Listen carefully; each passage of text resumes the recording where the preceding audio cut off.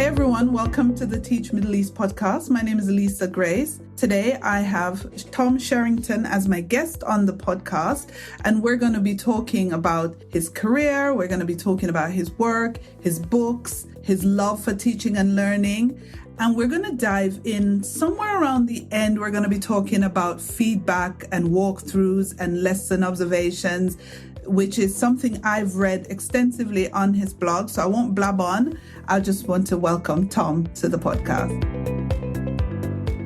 You are listening to the Teach Middle East podcast, connecting, developing, and empowering educators.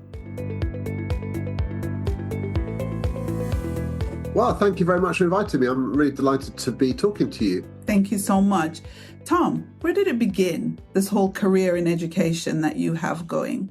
Well, it's kind of the only career I've ever had, because I started teaching when I was straight out of university in 1987. I got my first job. I didn't really know I'd spend the rest of my career teaching, but I enjoyed it. So I just thought I'd do it to start with. And that was a long time ago, a physics and maths teacher. And then in the 90s, I got interested in sort of school leadership, working in a couple of comprehensive schools in London. I spent a stint in an international school in Jakarta in Indonesia in 2005 to 2008. And when I came back from that, I was a head teacher for about 11 years. But around about 10, 11 years ago, nearly 12 years ago, I started writing a blog about teaching, TeacherHead.com, just reporting on everyday stuff in school. And I found to my amazement, people read it. So I started sort of finding, well, there's an audience for people talking and exploring what happens in schools and in lessons. So yeah, I sort of developed a kind of an audience for writing, and then since then I've written various books. And the last 7 years I've been training teachers. Mainly, I think of myself as a teacher trainer. I visit a lot of schools. I watch a lot of teachers teach and do training. So that's my main career now. But that's going 35 years or so. I'm a reader of your blog, so I've read TeacherHead for several years. What would you say is one of the biggest things you've gained from having started that blog?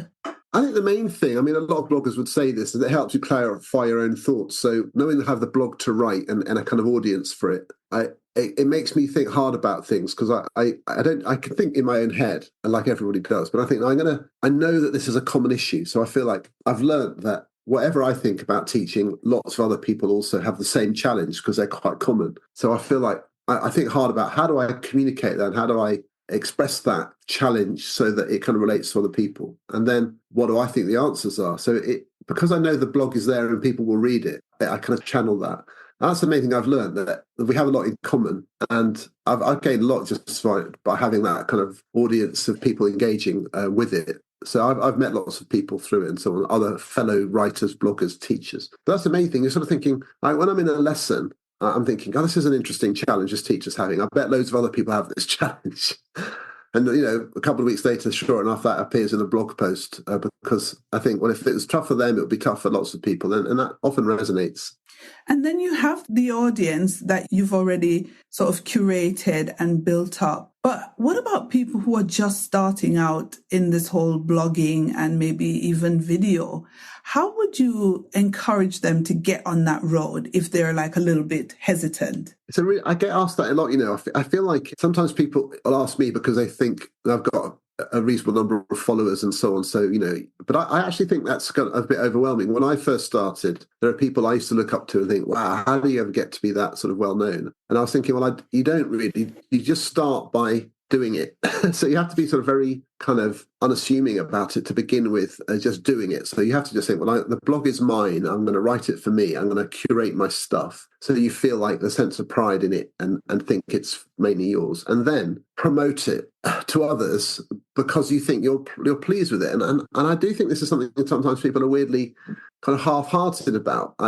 Because they're so sort of anxious about coming across as over-promoting. Now, rightly or wrongly, I've never had a problem with that.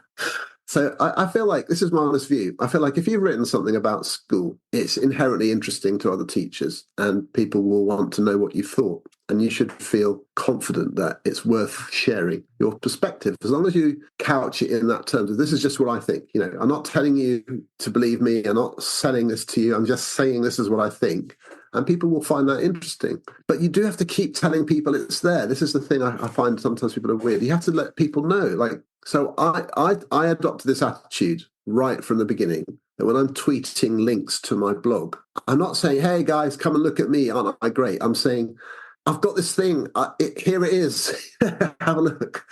Because if I don't do that, you're not going to know it's there. So how else would anyone know it's there unless you tell them? So you have to it's like a sort of information service. And I find other people who tweet links to their blogs. So I think, thank God, thank you. Because if I hadn't seen that tweet with that link, I'd never know you'd written that. So how else could I have? You've helped me come across your work. Thank you. And I really see it in that way. I'm quite sincere about that. Like, I feel like I'm sharing access to something. But yeah, I think you have to get over that bit. I know people find it painful, but you just have to kind of say, well, I think it's okay to read it, have a see what you think, and keep going. And then the last thing to say, keep doing it. I feel like if people sort of blog and then 3 months later they do another one, and then it's a bit hard to get a rhythm. So all the bloggers I know off the top of my head are people who write something every month at least. And when you look on their blog, there's a kind of catalogue of things that they've produced over time, and you can say, oh wow, look at all this stuff that they've done. There's a frequency to it. So I'd say keep it up. Be very honest, keep down to earth, and keep writing bits, and people will find it interesting. Yeah.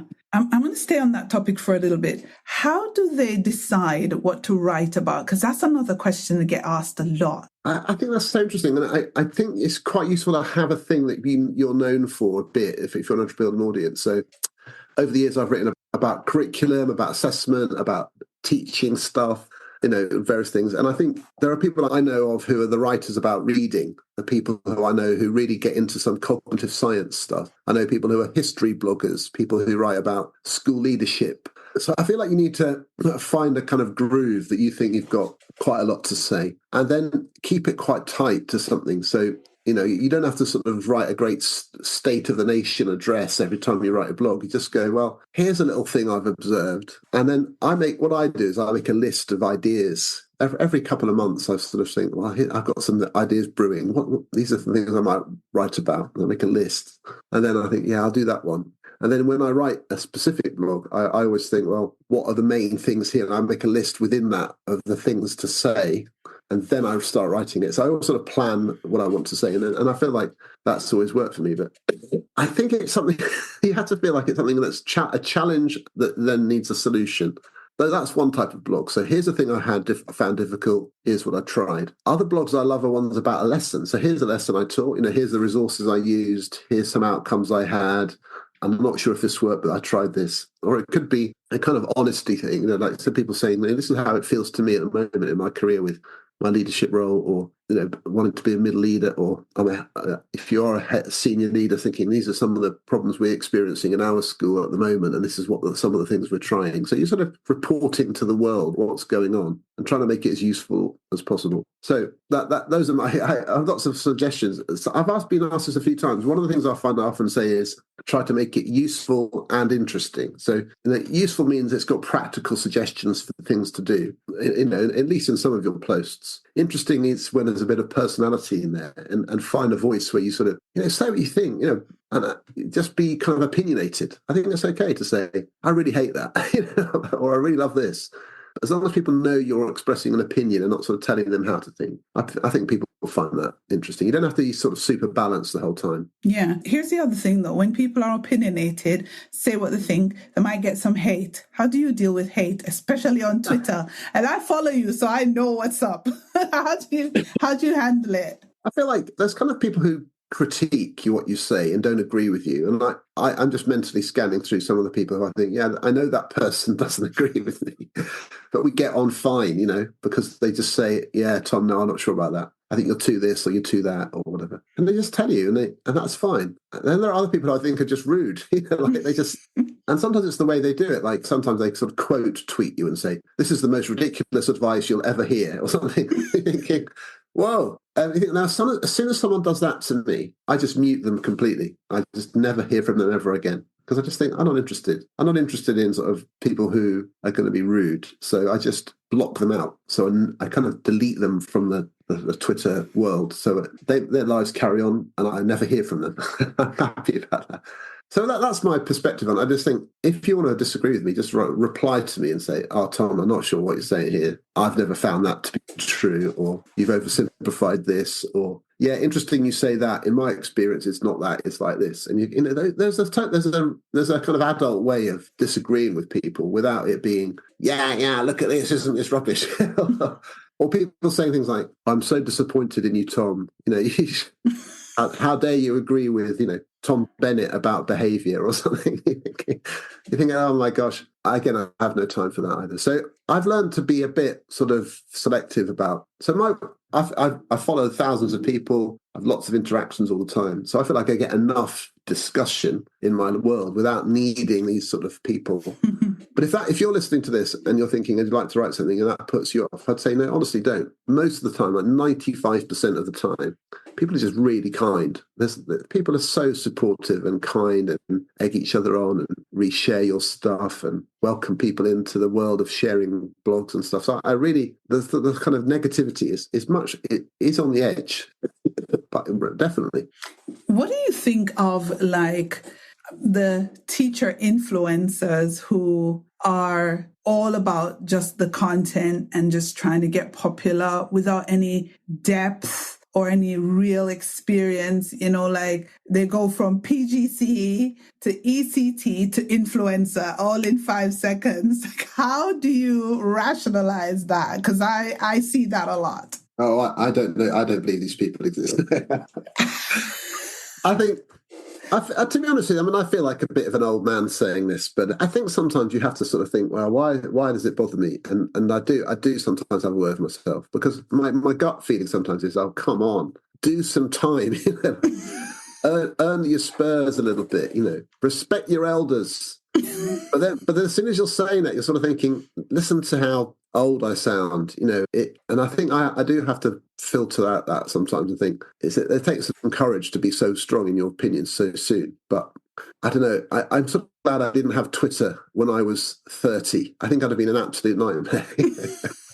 And actually, in my career, I did take time. So, you know, I became a deputy head only of a small school. It was only had year 7. So I had a 1-form entry. So it's like a sort of learning job, and there's only 10, 11 teachers. So I was deputy head of a tiny school, and it grew each year. So that was a really great learning curve for me. But I always, you know, I didn't become a head teacher till I was 40 or something. So that seems to be like a reasonably sort of steady time scale. And I certainly was just a mainstay. I taught full classes, full timetable for a long time before I would have felt I had anything to say to other people, you know. So I do think there is a kind of thing of like cutting your teeth, teaching a few exam classes, learning the trade, committing to it. And I feel like I did that. And it does, I do know. And the thing about influencers, though, I feel like, you know, there's a double-edged thing, because I also think it's important to amplify people's voices. So I always feel like when someone is amplifying their voice, they've done a talk at TeacherHead or they've written a book, teacher books, go for it. You know, why shouldn't you? You should feel like I've got something to say, and as a teacher, I want to share that with the world. But I guess you have to just be prepared for other people to say, you know, there is a bit more to it to this and so on. So some of the books I see and so on, I feel like they sound like someone who's only been teaching for 5 years. But fair enough. I mean, they want to put their voice out there. Yeah, so I feel like you need to be a little bit sort of sympathetic. It would be much worse, for example, if you felt like you had to wait 10 years before you were allowed to say anything. That would be terrible. It's not that, you know what, because I see it and I'm like, are you serious? Like, if I dropped you in my school in Haringey, you wouldn't even last a minute. But it's not that they're young and they're trying to become teacher influencers that bothers me. It's when they come at it not from a I'm learning standpoint and this is what I'm learning to the I'm the expert. And I'm like, really? In 5 minutes, you're the expert? That's the part that gets me. But anyway, everyone has a space. I think that's true. And I feel like, you know, I probably fall into that trap from time to time of being sort of communicating sort of false certainty. I'm sure I do. And there are things where I feel quite strongly about them, definitely. And I sort of feel like sometimes in teaching we get a bit too woolly. You know, we can sort of be saying, oh, well, you know, this works here and that works for me. And I'm someone who, you hear this phrase sometimes, you know, something works, anything works somewhere. And I just think, does it though? I think there are some things which are just really not good ideas. And if you do them and you think it works, they probably don't work. It's just that you get away with it. You don't notice the damage it's doing because your children probably don't need it. And there are some situations where you teach where it doesn't really matter what you do too much because the children will kind of be all right because they're supported by the world they're in. And you might think that activity is working, but it probably isn't really. It's just not harming. So it's sort of not visibly harming.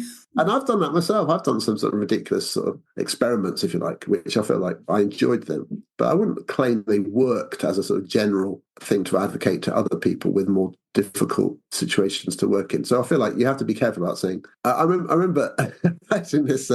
I used to teach in a selective school, which had some very high achieving students, and I did some really interesting things with them. They used to teach a lot of the lessons with me and so on, and they got amazing results. Though in our GCSE, you know, we got something like they all got when we had A stars, they all got A stars except one or something. It was just crazy. I mean, that was, and I blogged about it saying like we did these amazing lessons and they did really well. But somebody, I think it was Greg Ashman, who someone will know, he replied to me saying that's like wearing lucky socks on exam day.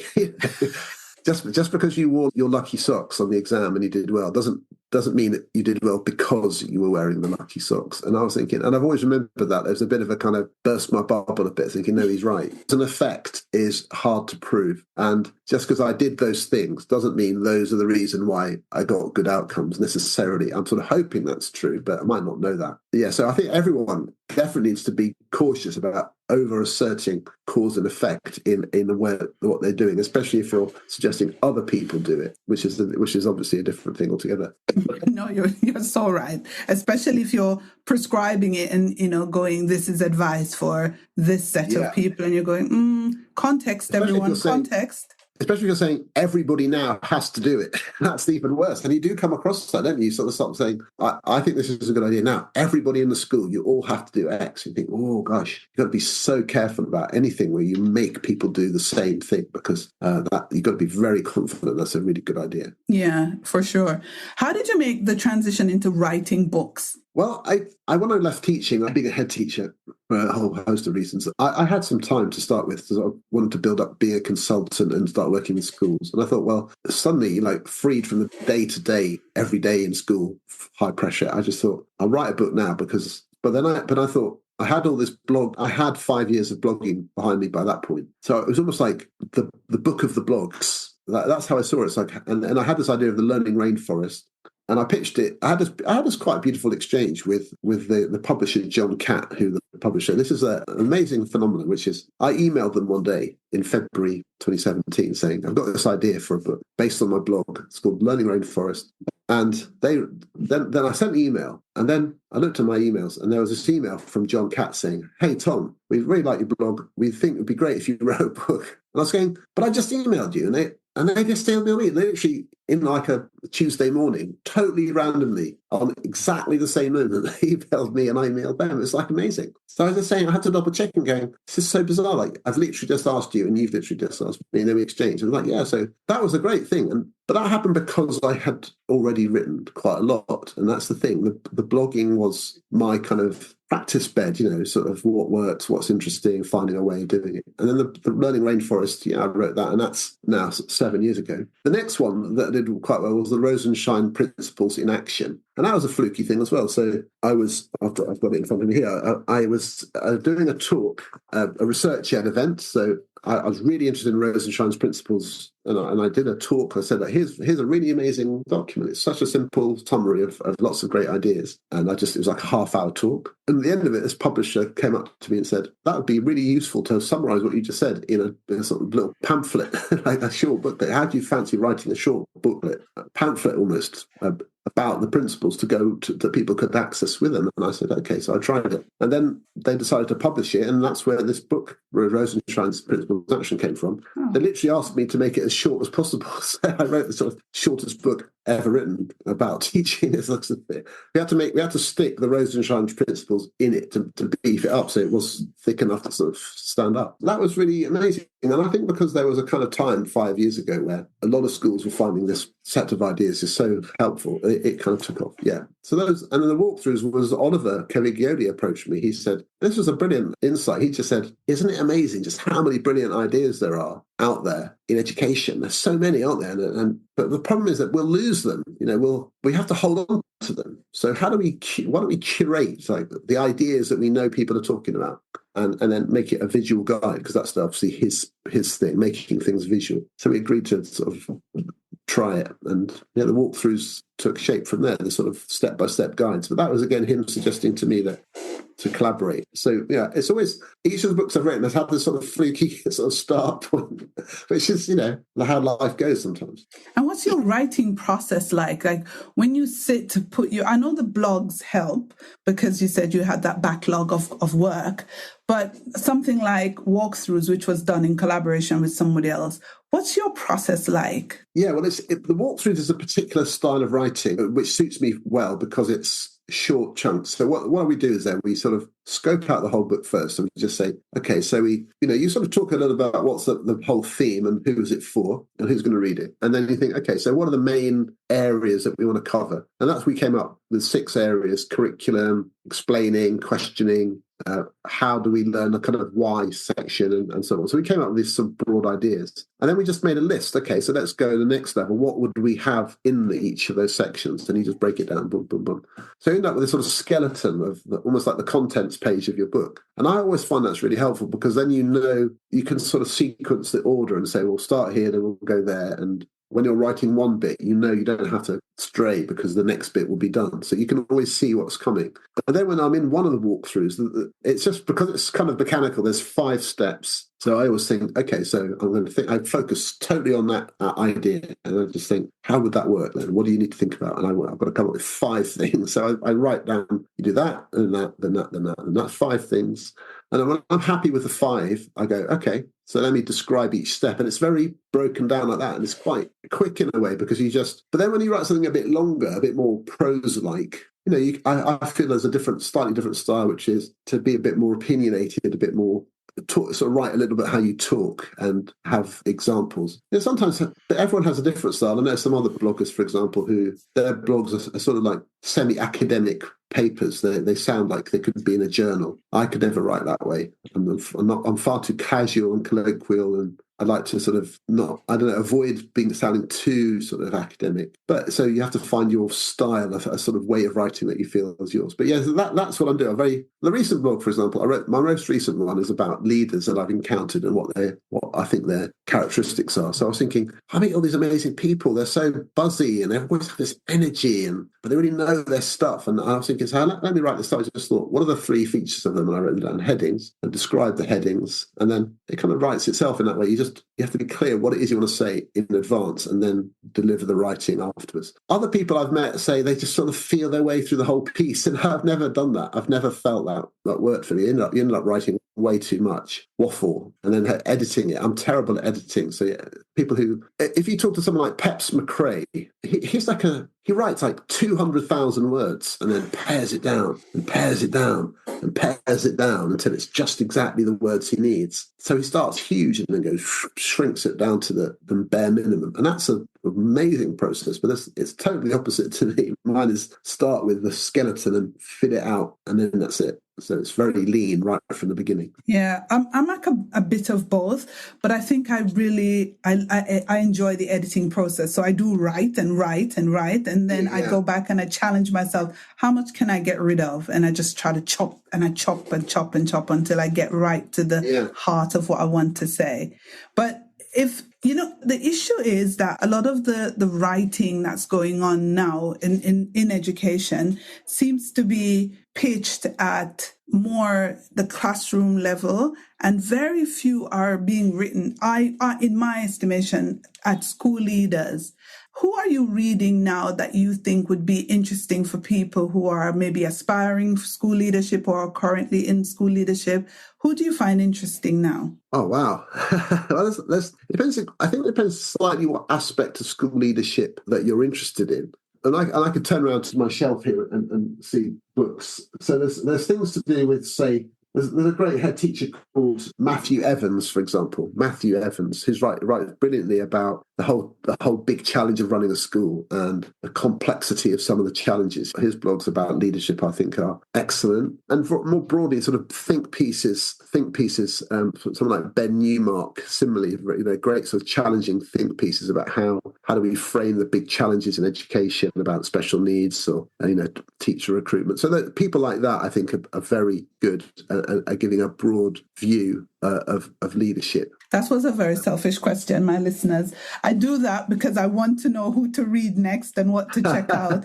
And there's also a culture. So, Lekha Sharma has written a fantastic recent book about school culture. It's brilliant. It's a really clever sort of dive into what culture means and different strands. So, I mean, Lekha Sharma's book on school culture is really good. And so, there are various people like that I would say I recommend to read. And there's a really good, some slightly more focused books like Leverage Leadership, for example, Paul Bambrick Santoyo, because in there you've got all the stuff about coaching, which is, feedback to teachers, which is about the classroom. It's all about how you create a culture where teachers are receptive to feedback and so on.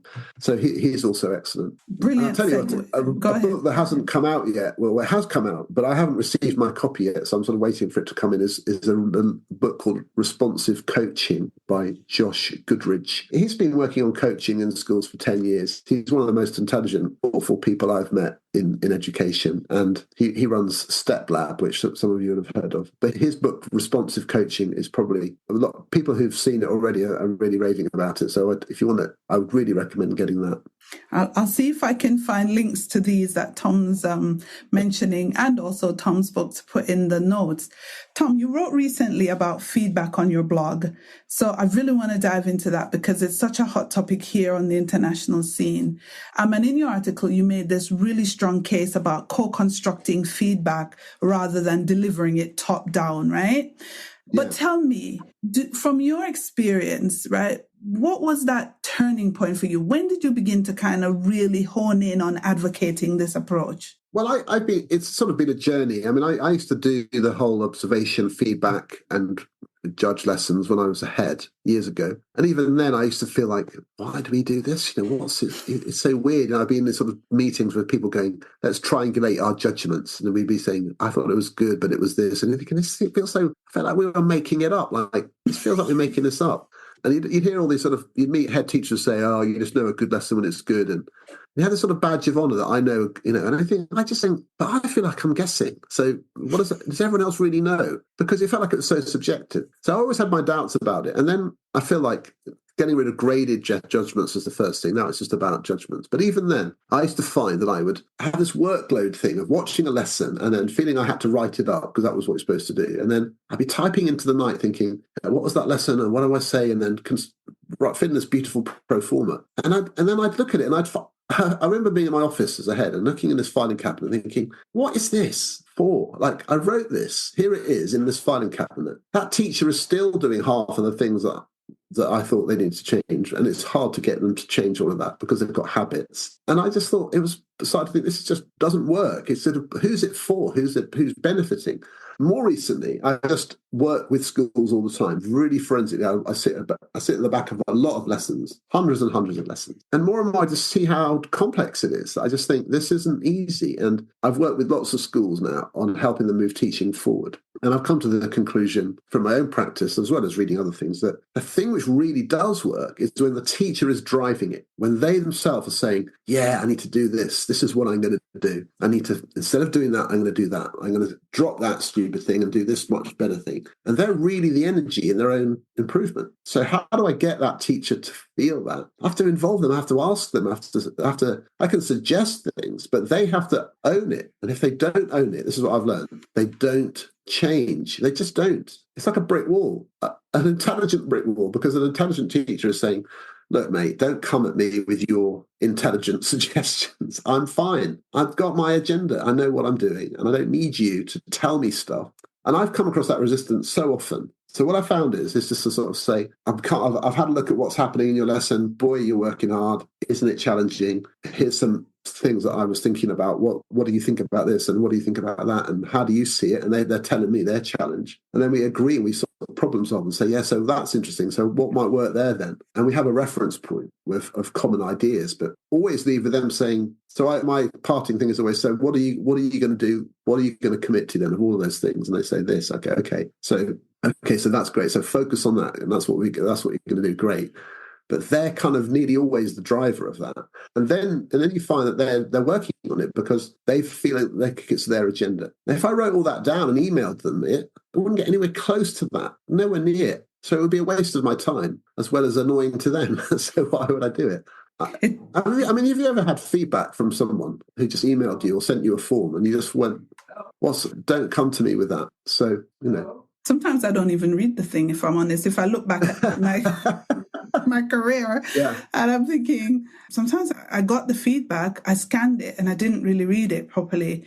But it takes a certain kind of leader, though, Tom, because if you're coming in from a point of, I know ye all things, what is the importance then of being humble, watching out for your own biases, as a leader going in to make those observations? Well, I always think that's a really good question. I think you have to be very aware of your biases. And so what you do is you sort of hypothesize. You don't judge or make absolute assessments. You ask questions. So, and then, for example, you can coach someone or observe someone where they're teaching something you have no idea. So recently I was watching, say, a hockey lesson, which I thought was great. I thought it looked good to me because there were some features of it I thought I could look for. I don't really know if it was good. So I was with the head of PE who was watching it with me. And I said to him, I've got some views, but what was your sense? Was that strong practice? Were you thinking that's excellent? Or were you thinking, there's some things there which that teacher could have been doing? And I listened to what they had to say. And we kind of agreed with most of it because it was actually pretty strong. And so it was like questions. I had some questions. And that could be about other lessons. So recently I was in a school where I was watching some teaching and I was thinking, I had some doubts about it. I was thinking, this teacher's sort of, I'm not sure. I won't say too much about it, but I said, so what are the outcomes like in this department? Because does that teaching lead to strong outcomes? Because I'd be really interested to know, because they said, no, it doesn't. So I just thought, okay, so that's interesting because I'm sort of triangulating because I'm thinking the outcomes aren't strong and that's what I'm seeing. So that means that my hunch that there's some issues there is perhaps worth exploring. And this is what I had to say. But I was asking, I wasn't assuming. Because if they'd said to me, well, no, to be honest, I get great results. And I'd be thinking, okay, so what does that mean then? And it would make me think slightly differently about it. So anyway, I feel like you have to be humble. So you focus on what you can observe. And what I observe is things like really functional things, like when you said to the class, turn to your partner and talk about why the character did this thing, or why the water freezes in this scenario, whatever they've been asked, or why the answer is 6.2.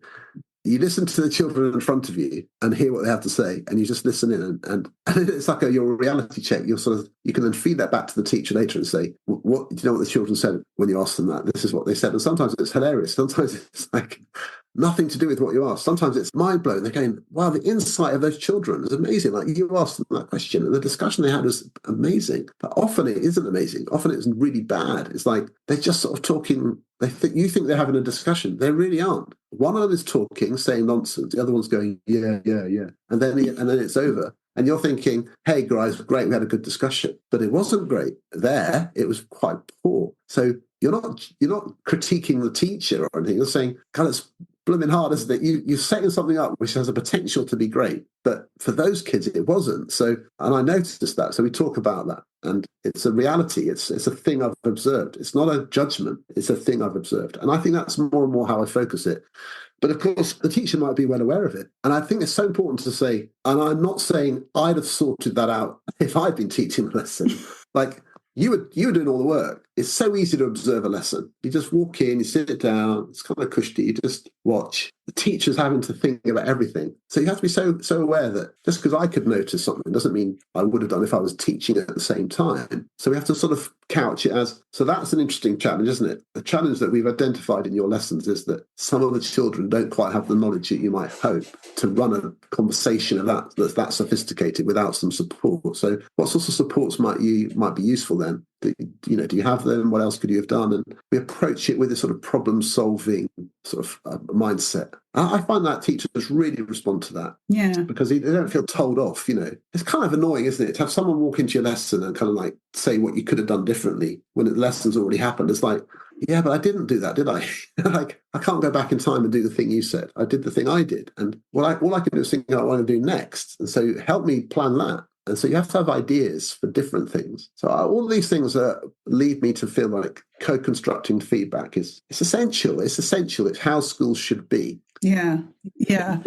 You are so right. And I was, what I was thinking about as you were talking is how do we rationalize the gap between the lesson that is being observed because someone's there and the lesson that takes place normally when no one's there? How do we rationalize that gap?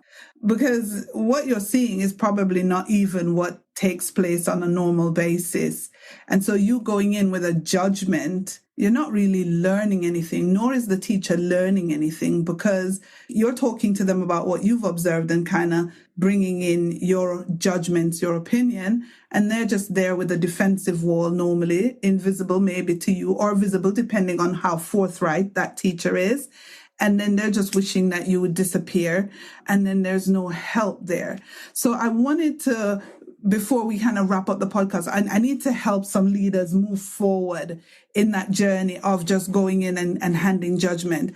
How would we co-construct? I know you gave some clues, but just walk me through a scenario. How can a leader go in and co-construct that feedback with the teacher post-observation? What does that conversation sound like? Simulate one for me. Okay, well, the way I would frame it, there's a couple of things to say to start with. So the first thing is I would set up a system before if I'm going to do this with a teacher, and I'd say that leaders should do this, is we have a process we know is going to run for months. So when I'm talking to a teacher or observing them, it's one of many of such interactions. It's hard to achieve this with just a one-off thing. So that's the first thing. And what we talk about is timescales of the order of, say, 3 or 4 weeks maximum, like 2 weeks even sometimes, but just say that sort of scale.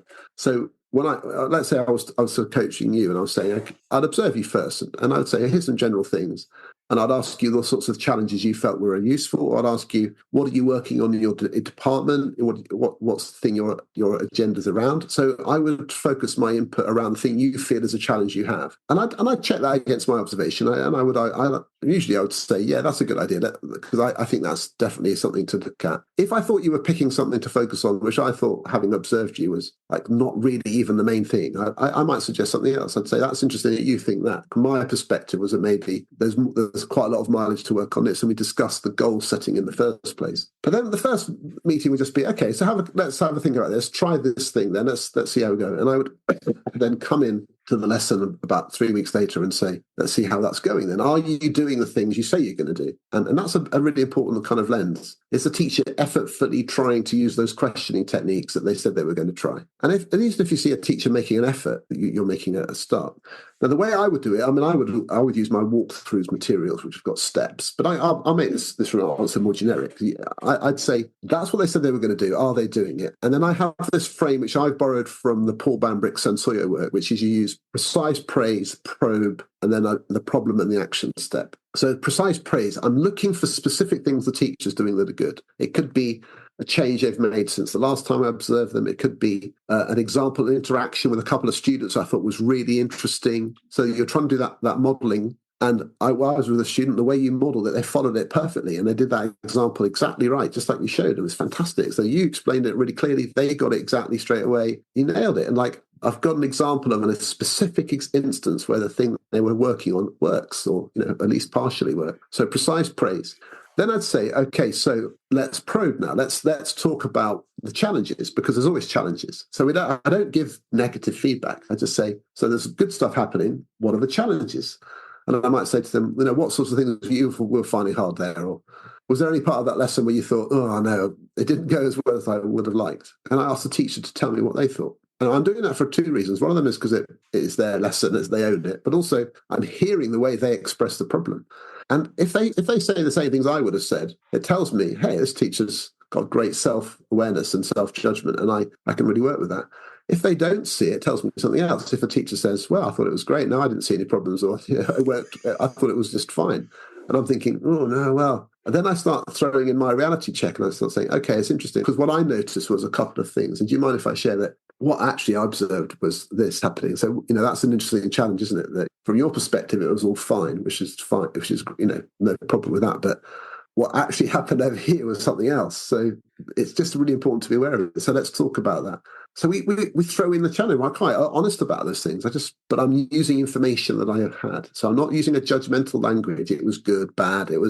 That seemed to be effective for these reasons, and here's some challenges I observed. And then we then turn around and say, so what might you do next time then, or work on over the next 3 weeks to really work on that? And again, I'll invite the teacher to share that with me. And I say, okay, that's interesting.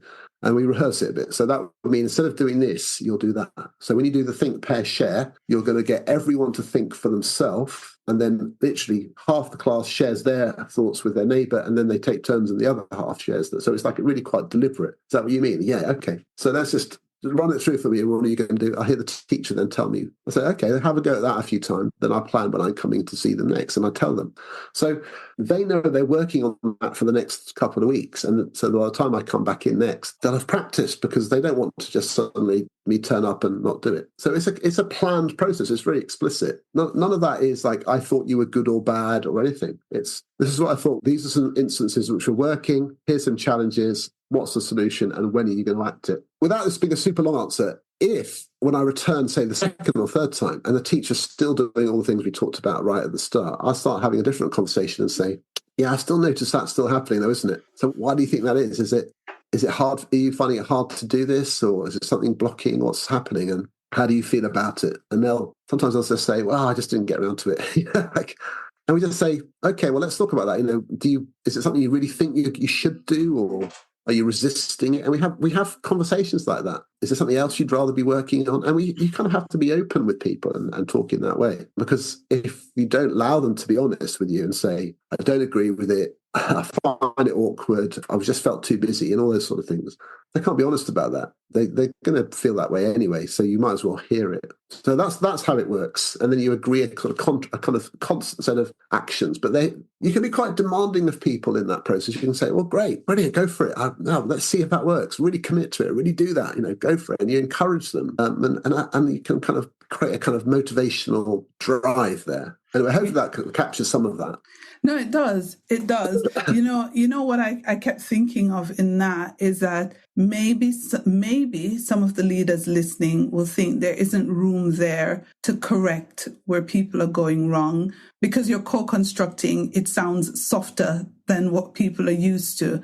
A lot of people are used to going in and just laying down the law as they see it. You've done this wrong, and you should fix this immediately, yada, yada. In this co-construction process, it might sound as if there isn't space for difficult conversations within that, but I think there is. And I think if people can come to that self-realization and want to improve, or they might come to the realization that they don't want to improve. They want to move on as well. There is a lot that can come out of that process. I think that's true. I mean, and also, this is why I think one of the reasons for the co-construction is that, and this is like an evidenced thing from studies of teachers, is that just like any child-teacher feedback relationship, adults are the same. So I might see a teacher teaching a certain way and in sort of similar to someone else and think, oh, well, I'll give them similar feedback. But actually, no, that teacher is going to respond better if I just sort of really quite direct with them and say, Michael, that with those think, pair, shares, I've noticed that you just say, okay, guys, have a chat on your tables. And it really doesn't work.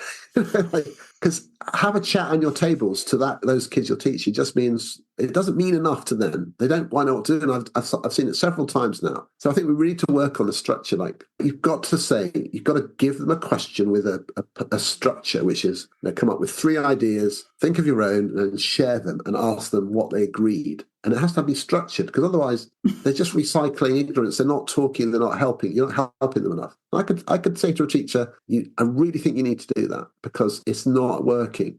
Another teacher, if I said that to them, they just say, get out of my room. Who are you walking in here and telling me that? And you have to know that teacher. Another teacher, I'd be saying, yeah, I love what you're doing. I mean, it's brilliant. Your lesson, you're like, it's such an energy and you're so charismatic and the children really love it. Do you think that discussion format is working? What do you think? I mean, have you ever noticed some of the things they say? And I might just be totally sort of around the houses about it, because the teacher isn't ready for me to just tell them I really think, they're not ready for that.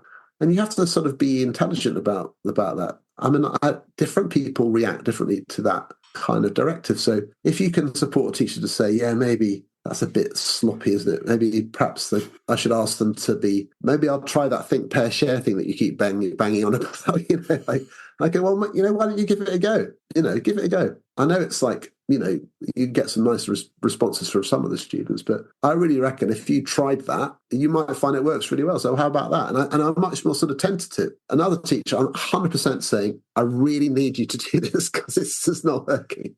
And you know what I mean? I think that's the joy of the work, because teachers are human and you have to work with the people you've got, Yeah, you're right. And it comes down to relationships. Like, if you know the people you're working with, you'll know how to work that co-construction feedback meeting. Yeah, this is brilliant. Thank you so much, Tom. Well, thank you very much. I love talking about this stuff. I could talk about it all day. So thank you for inviting me.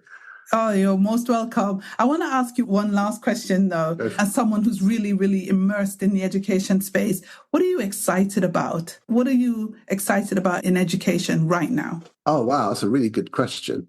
I'm excited about a kind of maturation, is that the right word, of the idea of a kind of knowledge-rich curriculum and things like coaching, having a sort of second wave where they're a little bit more subtle and balanced with kind of more organic approaches. So we've been through this period of knowledge-rich curriculum being sort of like define everything, be precise about everything. And now I think people have got used to some of these routines. We can start being a bit more expansive in our view of that. And I work with schools where I feel like that's where they're at. And it's the same with, say, coaching.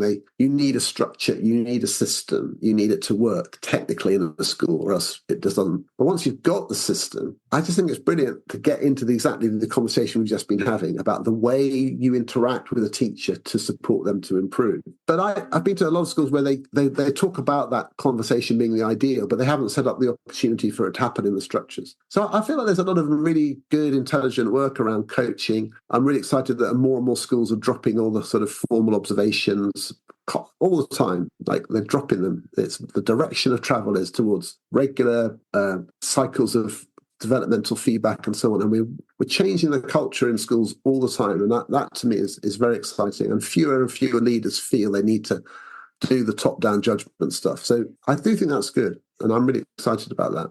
Brilliant. Thank you. Where can people reach you, Tom? Well, I'm always on Twitter, TeacherHead, @TeacherHead. My blog is teacherhead.com. And I'm also, increasingly I use LinkedIn just as myself, I think, on there. And obviously the Walkthroughs. So Walkthroughs is the whole website. We just literally this weekend released a book, the Learning Walkthroughs. That's just come out. So it just came out last Friday, and it's written for parents and for children. So we're really pleased about that. So walkthroughs.co.uk, that you can access stuff there. So all these different things hopefully will interest different people. Amazing. Thank you for being on the podcast. Thank you for inviting me. It's been really great. Thank you for listening to the Teach Middle East podcast. Visit our website, teachmiddleeast.com, and follow us on social media. The links are in the show notes.